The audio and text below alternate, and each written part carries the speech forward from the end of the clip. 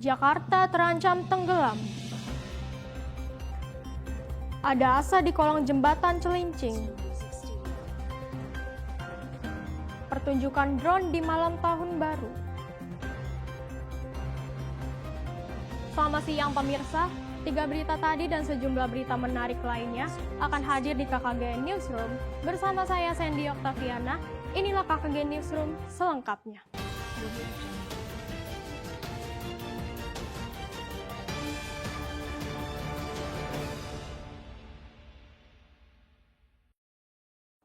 Pemirsa, proyek galian utilitas di kawasan Cikini, Jakarta Pusat menyebabkan penyempitan jalan. Proyek galian ini memicu kemacetan panjang di sejumlah titik. Kendaraan memadati jalan Cikini pada sore hari. Proyek galian jalan membuat arus lalu lintas tersendat. Pekerjaan proyek utilitas ini mengurangi lebar jalan dan mempersempit lajur kendaraan. Kemacetan panjang terjadi dari kawasan Menteng hingga Tugu Tani.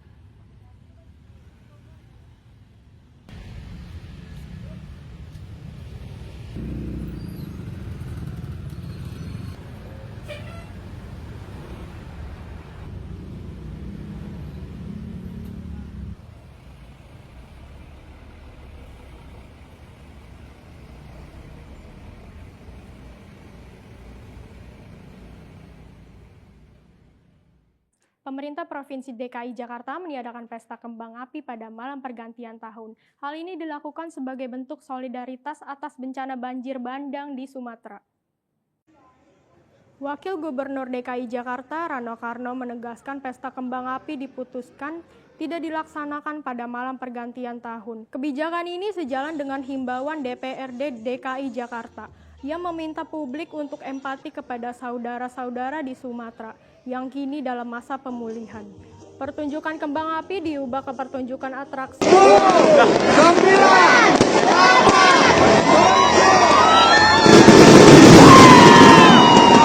Jakarta hingga tampilan hitung mundur menuju pergantian tahun. Pertunjukan juga dimeriahkan oleh penampilan musisi The Massive dan Unmesh Kamaleng.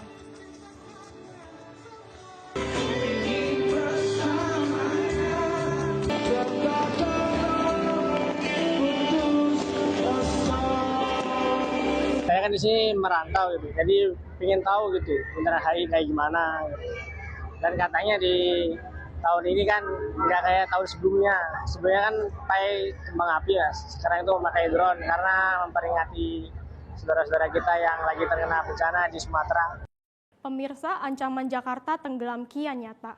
Air laut kini mulai merembes melalui celah tanggul di kawasan Pantai Mutiara, Jakarta Utara. Hal ini memicu kekhawatiran terjadinya banjirop di tengah penurunan tanah ibu kota yang semakin parah. Rembesan air laut terlihat muncul di sejumlah titik dinding tanggul Pantai Mutiara. Petugas suku dinas sumber daya air bersama pengelola menumpuk karung-karung pasir sebagai langkah sementara mengatasi rembesan. Warga berharap pemerintah segera melakukan perbaikan permanen, mengingat ancaman cuaca ekstrim dan pasang air laut yang bisa terjadi kapan saja. Harapan kita untuk pemerintah lebih aware lagi atau lebih memperhatikan lagi untuk kondisi-kondisi seperti ini. Karena apa? Pertama, kerugian yang dipikirkan untuk perbaikan dan segala macamnya. Yang kedua adalah kerugian di pihak masyarakatnya sendiri. Akses terputus, bisnis tidak berjalan tentunya, dan harapan kita sih pemerintah cepat untuk memperhatikan hal ini dan cepat untuk melakukan tindakan. Begitu sih. Sejumlah warga di Kecamatan Kebon Baru, Tebet, Jakarta Selatan rela menjaga jalur perlintasan kereta api tanpa dilengkapi palang pintu. Aksi kepedulian warga ini akan kami hadirkan sesaat lagi.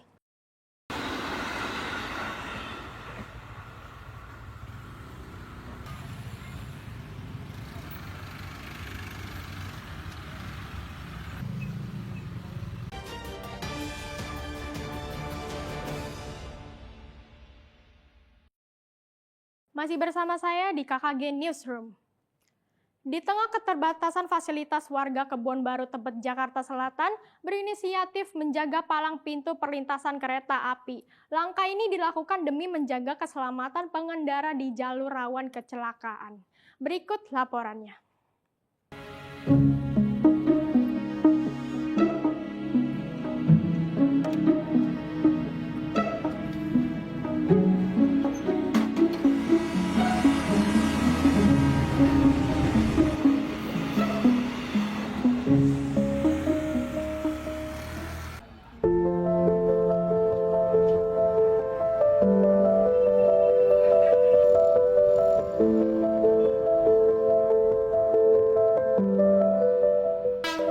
Salah satu perlintasan kereta di daerah Tebet dijaga oleh sekelompok warga yang peduli terhadap keselamatan para pengguna jalan.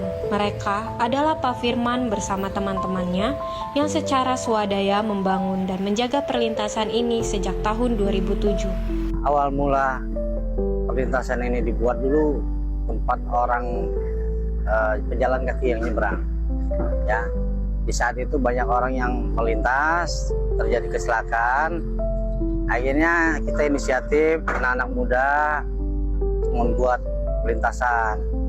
Satu, gunanya untuk membantu warga kita sendiri.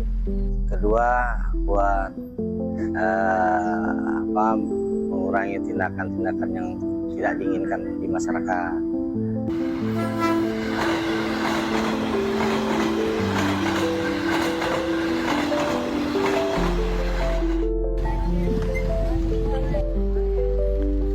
Untuk pembagian tugas yang jaga, ya kita bikin absensi. Di situ kita bikin per jamnya sebenarnya dulunya sendiri-sendiri. Tapi sekarang saya rubah jadi per 2 jam itu berdua. Ketika jam rame, ya semuanya harus turun. Tidak ada yang tidak jaga. Mereka harus saling membantu. Jadi masing-masing ya kita tinggal bagi, ada yang mengatur di tengah, ada yang mengatur di lintasan jalan. Jadi jangan sampai ini ada kemacetan di tengah-tengah rel. Setelah perlintasan ini berdiri, penjagaan tidak dilakukan sembarangan. Setiap penjaga memiliki peran dan tanggung jawab masing-masing. Fokus ke arah rel menjadi aturan utama, karena 1 detik lengah bisa berakibat fatal. Proses penjagaan dilakukan berurutan, mulai dari pemantauan rel, koordinasi antar penjaga, hingga penutupan palang ketika kereta mendekat. Palang baru dibuka kembali setelah kereta benar-benar melintas dengan aman. Itu dia, kita harus siap. Ini Mbak, istirahatnya cukup, dengan istirahat cukup. Ya, kita usahakan kita udah sarapan, udah ngopi, gitu. Jadi kita tetap fokus. Dalam arti kita bisa melihat kedatangan kereta, walaupun dari depan ataupun dari belakang kita.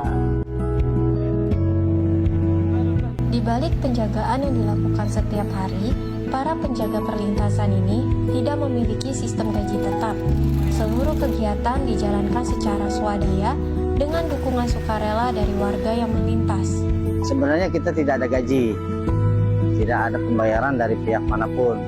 Jadi orang nyebrang ini dengan sukarela, secara sukarela. Di sini kita sediain kotak, mereka memasukkan uang ke kotak itu. Nah, dari hasil uang itu kita bagi kepada penjaga perlintas. Dari situlah hasil uangnya. Ini saya kan nggak ada pekerjaan, harapan saya harus ya terutama sih dari PJK apa dari mana ya mohon aja minta kita bantuannya buat sini. Kita kan nggak mungkin mengandalkan gaji yang setiap hari orang kasih gitu aja. Kalau bisa pengennya sih lebih, karena kan ada yang udah berkeluarga, ada yang belum berkeluarga. Kehadiran penjaga perlintasan ini membantu menciptakan rasa aman, tidak hanya bagi warga sekitar, tetapi juga bagi para pendatang yang melintas di kawasan ini. Dengan keberadaan mereka, penjaga pintu kereta ini, ya kita sebagai warga terbantu ya.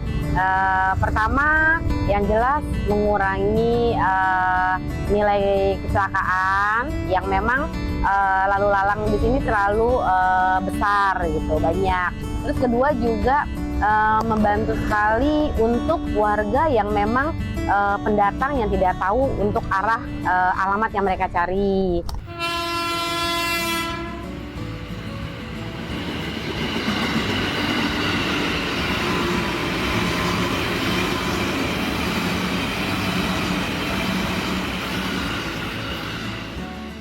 Kehadiran para penjaga terbukti membantu mengurangi risiko kecelakaan sekaligus memberi rasa aman bagi warga dan pendatang yang melintas. Di perlintasan ini, kepedulian masyarakat menjadi bagian penting dalam menjaga keselamatan bersama. Di kolong jembatan kawasan Celincing, Jakarta Utara, sebuah ruang belajar hadir memberikan pendidikan bagi anak-anak sekitar yang membutuhkan. Inilah kisah perjuangan kepala sekolah Rumah Belajar Merah Putih.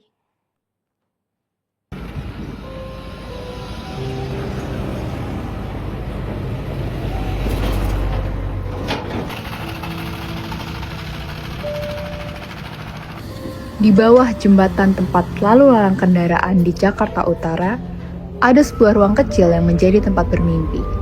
Rumah Belajar Merah Putih menjadi sebuah ketenangan bagi anak-anak yang terbiasa dengan kerasnya kehidupan kolong jembatan. Assalamualaikum warahmatullahi wabarakatuh. Saya Rita Lisnawati MPD, saya kepala sekolah di Rumah Belajar Merah Putih. Bergabung sih baru sekitar 1 tahun, tapi saya ikut berkegiatan dari dulu, dari tahun 2016. Kebetulan saya sama Bunda Desi teman, jadi kita sering kegiatan di sini.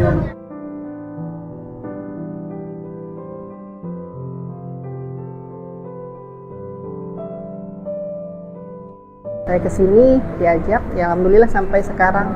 Karena saya melihat ini potensinya besar untuk anak-anak di kolong jembatan ya, karena kalau tidak ada yang membantu mereka untuk istilahnya memajukan potensi mereka, ya siapa lagi kalau kan kita yang peduli.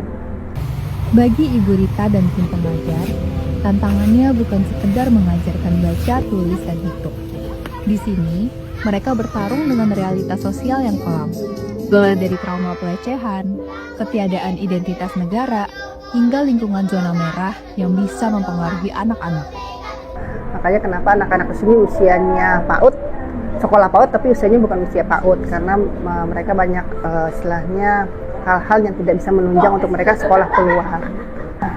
Saya titip kepada anak-anak, bagaimanapun kondisi kalian di sini, kalian bisa sukses. Intinya seperti itu, asal kalian berani berusaha, mau jujur, dan karakter kalian harus kalian perhatikan. Minimal kalian itu menghormati orang lain dan jujur, itu akan dapat semuanya. Perhatikanlah perkembangan dan pertumbuhan anak-anak yang berbeda dengan anak-anak umumnya, karena mereka memikul beban yang berat. Ya, ternyata mereka memikul beban yang berat. Kalau di tempat lain mereka bisa meminta dengan sesuatu dengan mudah, di sini tidak bisa.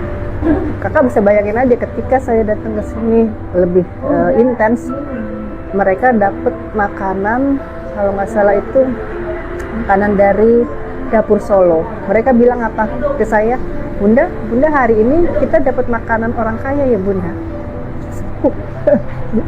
Itulah intinya yang mereka tidak biasa, alhamdulillah mereka bisa. Pendidikan bukan hanya soal level atau gelar, tapi soal kehadiran. Karena bagi mereka, segelas air atau sesuap nasi adalah jendela menuju dunia di luar kolong jembatan. Assalamualaikum warahmatullahi wabarakatuh. Perkenalkan, nama aku Dimas, aku cita-citanya jadi koki. Semoga cita-citaku tercapai, amin. Dadah.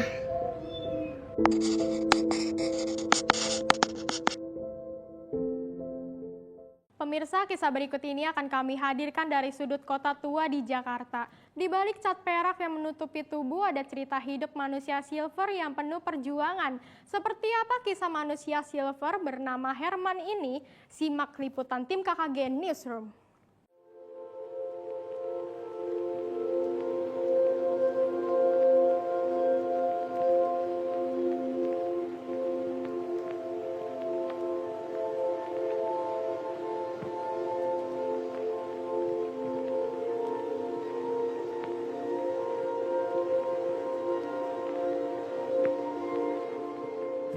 Nama saya Pak Herman, tapi kalau panggilan dari kawan-kawan dari manusia patung itu saya dipanggil biasanya Pak Cemong.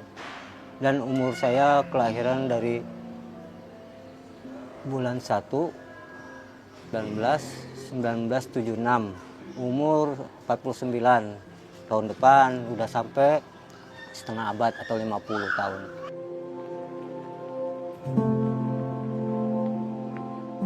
Kalau dulu kita sudah berkeluarga, cuman alhamdulillah mungkin yang di atas belum mengizinkan saya menjadi yang terbaik seorang pemimpin karena faktor perekonomian pada waktu itu agak sulit. Karena saya masih kerja itu masih serabutan, katakanlah contoh kadang di sana ada yang manggil, kadang ada yang di sini. Ya akhirnya untuk sekarang ini saya udah tidak berumah tangga lagi, udah lumayan cukup lama, itu udah sekitar 10 tahun saya udah pisah rumah. Oke, kita biasanya nih, aduh pagi-pagi deh udah bangun nih, persiapkan yang akan kita pakai untuk beraktivitas menjadi manusia patung. Tapi orang banyakkan saya dipanggilnya manusia silver. Padahal yang manusia silver itu banyaknya itu di lampu merah. Mereka tuh mengikuti jejak kita. Sebelum ada mereka, kita dulu. Nah, kita matiin dulu nih lampu biar nggak ada takut terjadi apa-apa. Makanya saya matiin lampu. Oke, kita lanjut, kita tutup.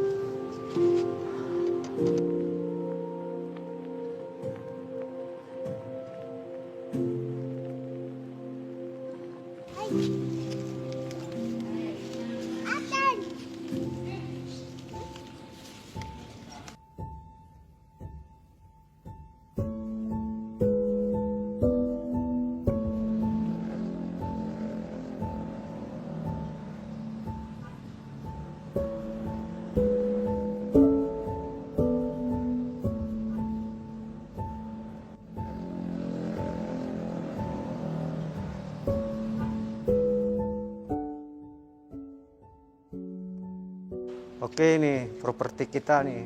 Kemarin pas hujan, banyak yang pada basah. Makanya sebagian saya taruh. Karena biar nggak agak cepat rusak propertinya.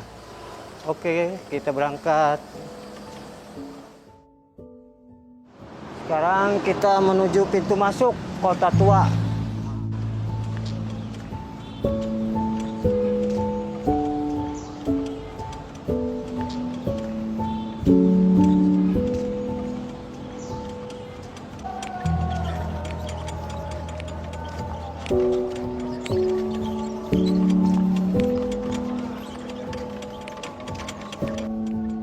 Biasanya ntar sekitar sore lah pengunjung tuh baru pada datang.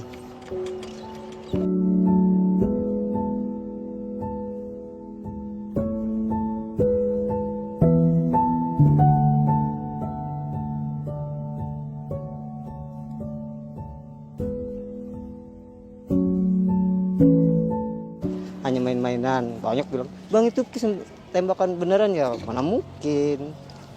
Mau ditangkap polisi, orang tembak-tembakan.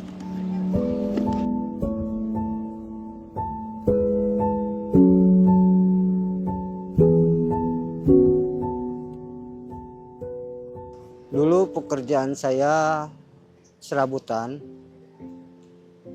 selain kerja di pabrik atau pekerjaan bangunan, itu saya kadang-kadang dagang es keliling di Kota Tua.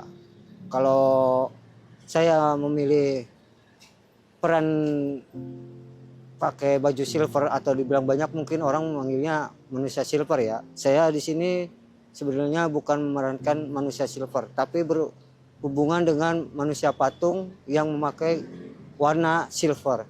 Kenapa saya pakai warna silver? Biar lebih beraneka ragam, karena di Kota Tua ini komunitas manusia karakter kota tua atau yang disingkat SKKT itu macam-macam warna.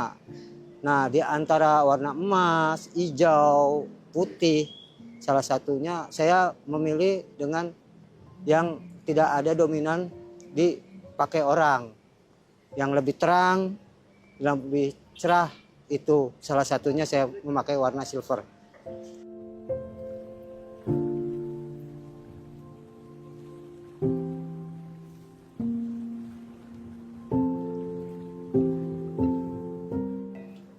Kalau masalah pendapatan banyak yang mempertanyakan itu.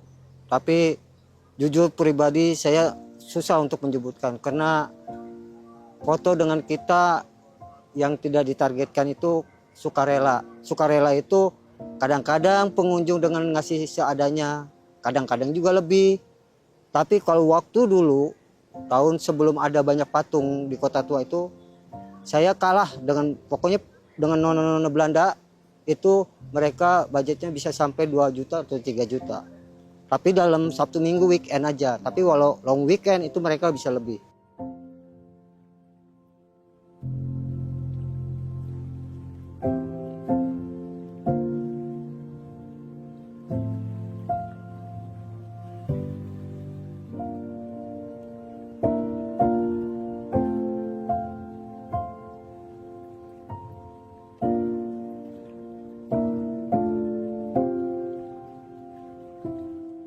Kalau untuk menjaga, kita selesai tampil itu menggunakan entah itu sampo atau sabun untuk mengantisipasi terhadap kulit. Alhamdulillah dari tahun 2014 hingga sekarang ya untuk saya aman. Tapi kalau untuk yang teman-teman ada salah satunya mungkin gatal. Kalau yang nggak kuat, itu kadang-kadang seperti kayak banyak dirawat batu. Nah, kalau buat saya pribadi, alhamdulillah nggak ada masalah.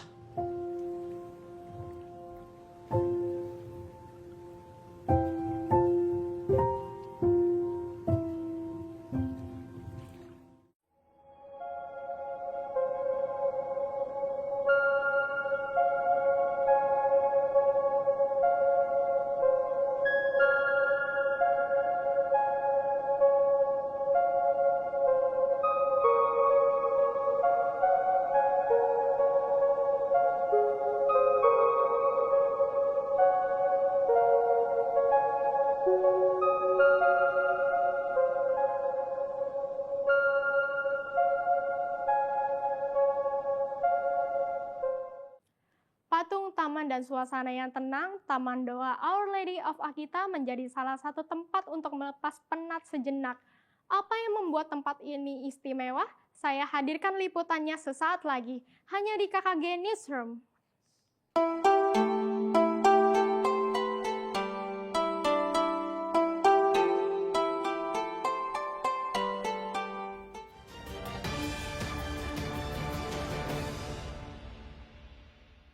Pemirsa, masih di KKG Newsroom. Fenomena thrifting masih menjadi tren khususnya di kalangan anak muda. Pasar Senen menjadi salah satu ikon thrifting yang terkenal. Mari kita saksikan bagaimana jurnalis KKG Newsroom, Brandon Halim dan Jessica berbelanja pakaian thrifting di Pasar Senen. Kita simak liputannya.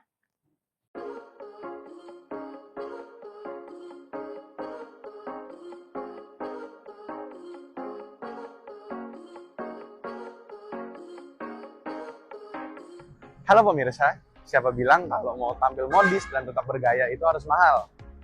Di zaman sekarang ini, kalau kalian mau tampil modis dan tetap bergaya, tapi murah di kantong kalian bisa melakukan kegiatan thrifting. Yuk ikuti saya di Pasar Senen Blok 3, kita thrifting bareng. Let's go!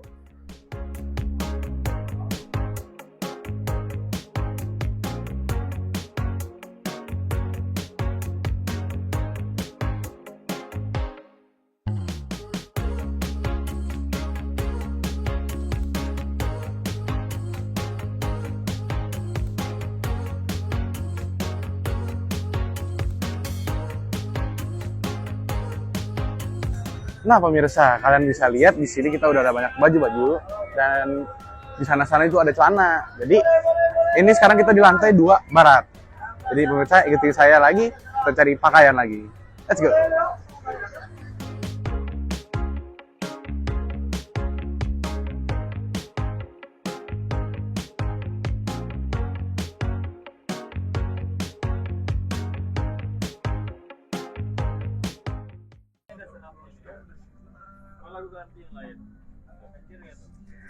Nah pemirsa, jadi sekarang saya udah sampai di salah satu tempat pilihan saya, yaitu di sweater dan hoodie. Nah pemirsa, di sini kita mulai range harga itu ada 35.000 sampai paling mahal itu ada di atas 350.000. Jadi ayo ikut saya nyari-nyari barang lagi.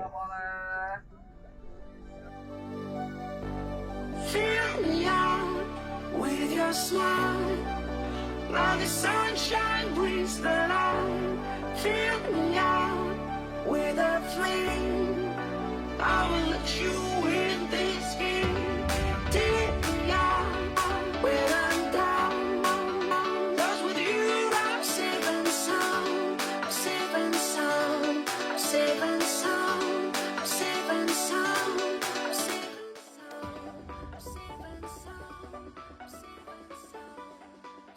Mungkin pertama karena sebagian harganya lebih murah, lebih nggak terlalu ini. Cuman kan emang ada beberapa barangnya itu kan yang dari harga 50 ke bawah, 50 ke atas, variasi lah.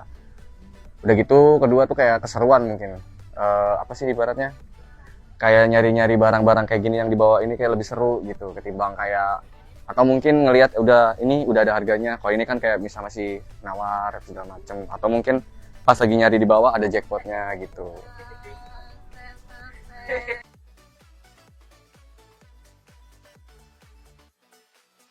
Tadi kekurangan kekandalanya itu kalau dari barang ya pertama kondisi barangnya tuh. Kayak barangnya itu kan kayak nggak semuanya mulus gitu ibaratnya kan. Kadang ada yang kotor, ada yang sobek segala macem. Paling kalau misalnya kayak yang sobeknya parah, ya itu paling ya kalau nggak disimpan dulu dijadiin apa, kalau nggak paling ininya dijadiin lap paling. Kalau yang keduanya tuh kayak yang kotor, kayak noda-noda kayak gitu, sebagian ada yang hilang ada yang enggak gitu. Baik lagi ke sendiri sih, paling kalau emang customer yang mau nanti kita kurangin gitu ibaratnya.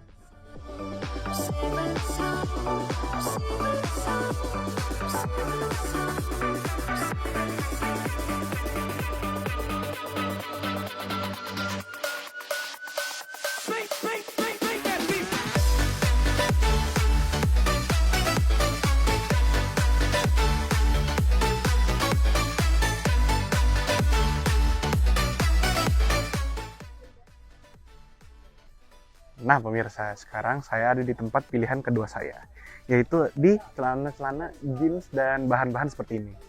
Harganya itu start dari 25.000 sampai 125.000. Jadi ayo kita cari-cari.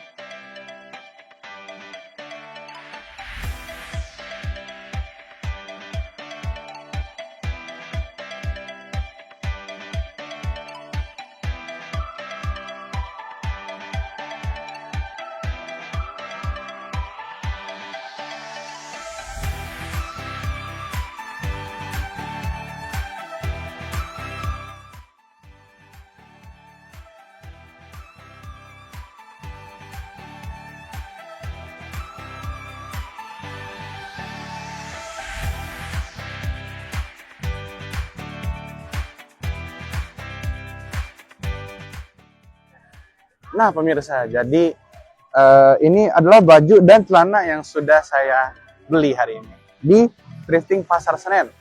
Nah, pemirsa, saya ini dapat hoodie nih cuma di 75.000. Dan yang kebetulan celananya juga 75.000, jadi total yang saya habiskan itu ada 150.000. Murah dan bagus bukan? Jadi pemirsa, buat kalian yang ingin terlihat modis dan tetap bergaya, tapi ramah di kantong, ayo kita thrifting. Saya Brandon, melapor dari Pasar Senen.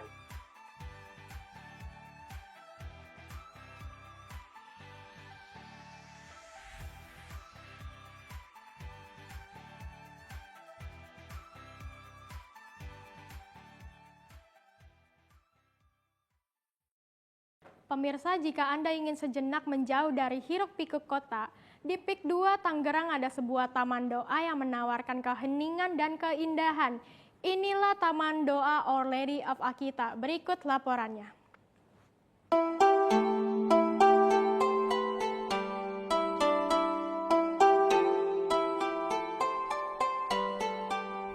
Tempat wisata di Pik 2 Tangerang menarik perhatian masyarakat karena konsepnya yang unik. Beroperasi sejak Desember 2023, tempat dengan suasana Jepang tradisional ini menjadi zona religi sekaligus rekreasi.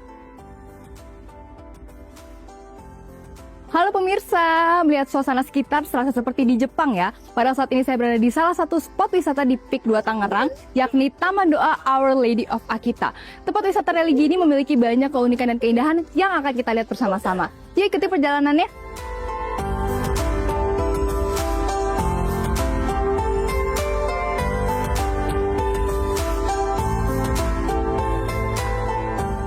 Nah pemirsa, bisa dilihat ya bahwa Taman Doa ini memiliki gaya arsitektur ala tradisional Jepang. Dan di belakang saya sudah ada kapel utamanya nih yang bangunannya terinspirasi dari gereja Seitai Hoshikai di kota Akita, Jepang. Kapel ini biasanya digunakan untuk ibadah misa bagi masyarakat beragama Katolik. Nah sesaat lagi kita akan masuk langsung ke dalam kapelnya untuk melihat-lihat lebih lanjut. Yuk ikuti!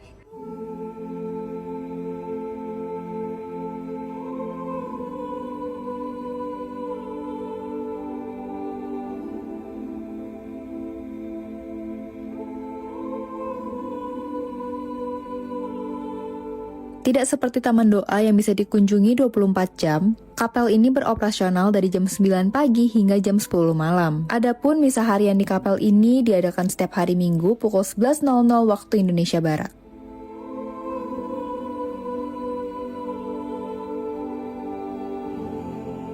Nah beginilah kurang lebih keadaan interior di dalam kapel yang menggunakan gaya arsitektur Jepang. Kemudian di depan situ juga ada patung Bunda Maria dan juga Santo Yosef yang dipahat sendiri oleh ahli kayu asal Jepang bernama Ichiro Urano-san menggunakan kayu asli dari Jepang, yakni kayu Katsura.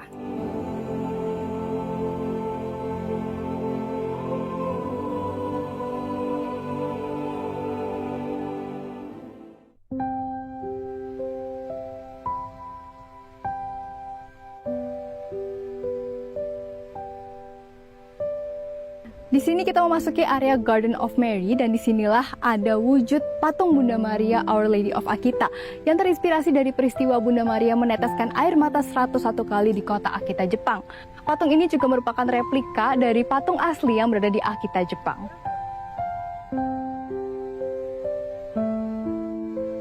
Awalnya aku tahu dari TikTok, terus kebetulan di sini lagi sama keluarga, kita lagi jalan-jalan, terus di sini tuh bagus dan hikmat banget. Terus pastinya kita bisa berdoa dengan serius di sini, nggak ada gangguan dari mana-mana. Terus yang pasti di sini juga hening, jadi tuh nyaman untuk berdoa di sini.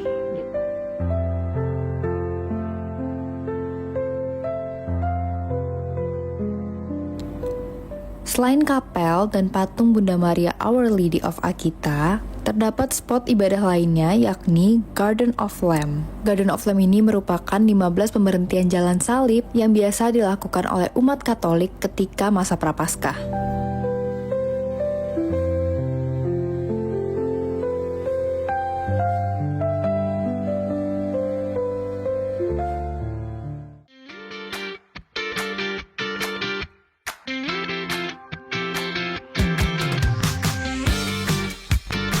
Nah, setelah teman-teman sudah berkeliling, kalau misalnya mau mencari souvenir kenang-kenangan atau mau mencari snack dan minuman, di sini ada toko rohani dan kafe. Yuk kita masuk ke dalam.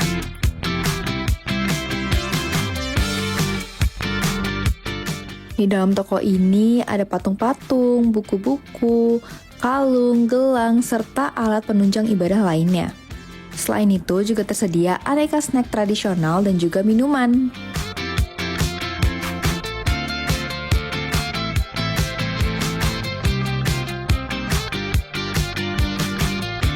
Tujuan membangun Taman Doa Our Lady of Akita ini supaya masyarakat yang nggak bisa ke sana bisa merasakan gereja yang kurang lebih sama yang di Jepang.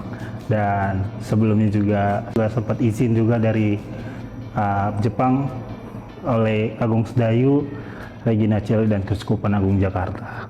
Hari biasa weekday itu kurang lebih 150-an, bisa lebih bisa kurang. Nah kalau weekend itu bisa ratusan.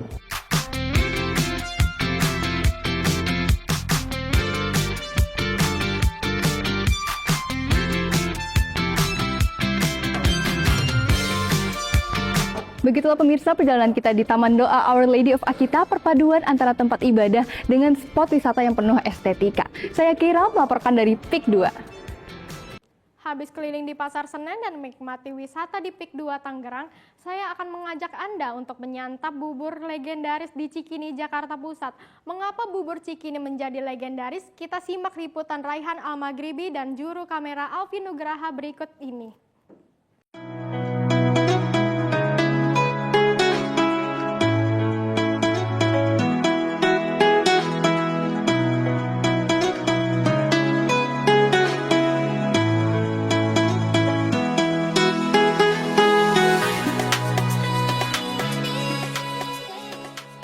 Pemirsa, kawasan Cikini setiap sore selalu menghadirkan suasana yang hidup. Di antara deretan kuliner yang berbaris rapi, ada satu yang sudah puluhan tahun bertahan, bubur Cikini. Saya, Raihan Al-Maghribi, akan membawa Anda melihat cerita di balik kehangatan legendaris ini. Ikuti saya.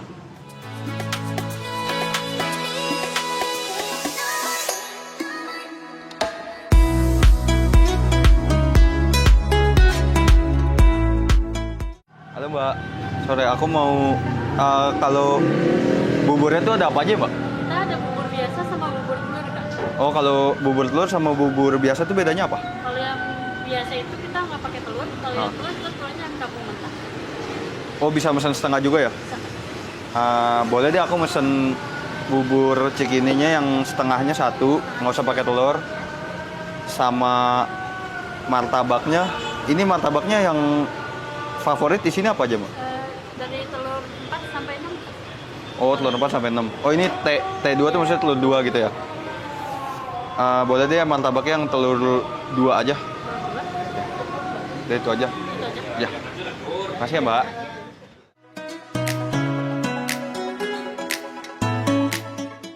Ini buburnya di toppingnya apa aja, Bang? Kira-kira? Toppingnya kita ada cakwe, ayam, tongsai, sama kerupuk emping. Cungkai, oh. Jadi ini tuh masih resep yang lama gitu ya Bang? Ya. Belum yang modern atau gimana? Resep dari dulu, dari tahun 80-an kita begini. Oh. Ya kayaknya sih enak nih Bang. Udah lapar juga, pas banget kan lagi hujan-hujan gini. Makan yang hangat-hangat pas. Biasanya di sini rame apa enggak Bang? Biasanya di sini rame sih agak maleman. Hari apa aja Bang ramenya Bang? Weekend paling Sabtu Minggu. Kalau Jumat gini nggak terlalu ya? Ini normal sih. Oh normal aja, oke deh. Udah jadi nih Bang, bubur saya Bang. Wah ini nih, wah mantap.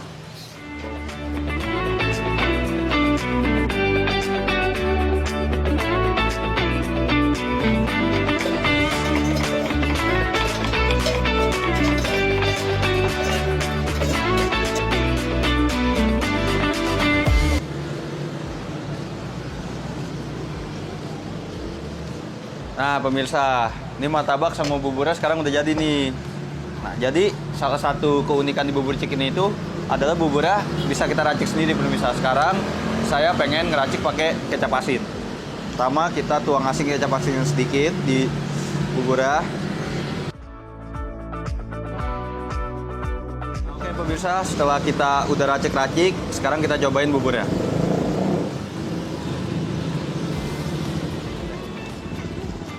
Nah, oke pemirsa, selanjutnya sekarang kita cobain martabaknya. Ini juga adalah salah satu khas martabaknya. Jadi awalnya bubur Cikini ini dia jualan martabak dulu baru jualan bubur. Sekarang kita cobain martabaknya.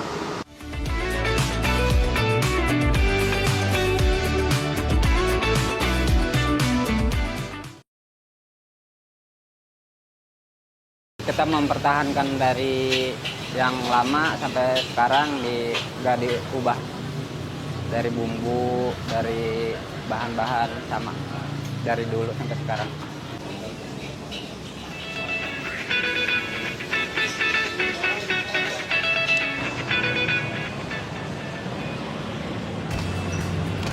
Dari kehangatan semangkuk bubur inilah kita belajar bahwa rasa yang tulus tak pernah berlapuk oleh waktu. Bubur Cikini bukan hanya makanan, tapi bagian dari cerita kuliner Jakarta yang terus hidup di hati penggemar. Dari Jakarta Pusat, Cikini, saya Raihan Al-Maghribi melaporkan.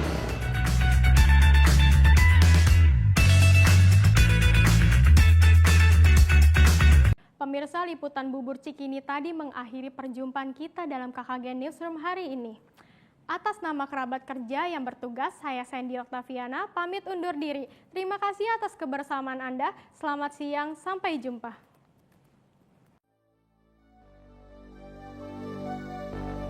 Fill me out with your smile. Now the sunshine brings the light. Fill me out with a flame. I will let you in this game.